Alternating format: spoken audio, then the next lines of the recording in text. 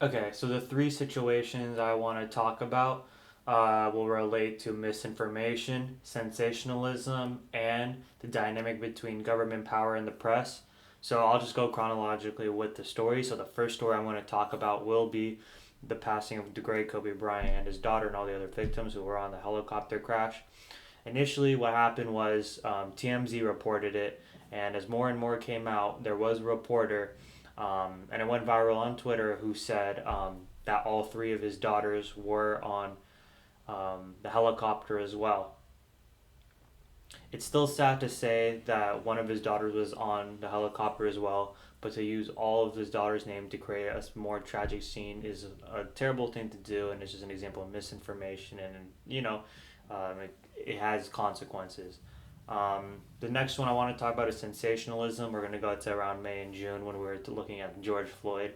Um, a lot of people decided to talk about how maybe he had a different type of he was acting maybe a little bit strange, but obviously he was an innocent man being hurt, and they said that he had drugs in his system or something like that, which had completely nothing to do with what was the real problem. But just using that as a broad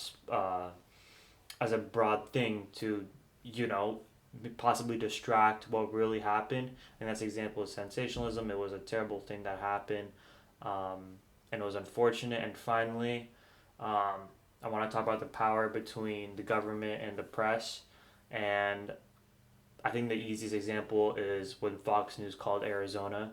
The first thing Donald Trump did was he called Fox News and told them you called it too early, and then they had to actually retract their call a little bit earlier.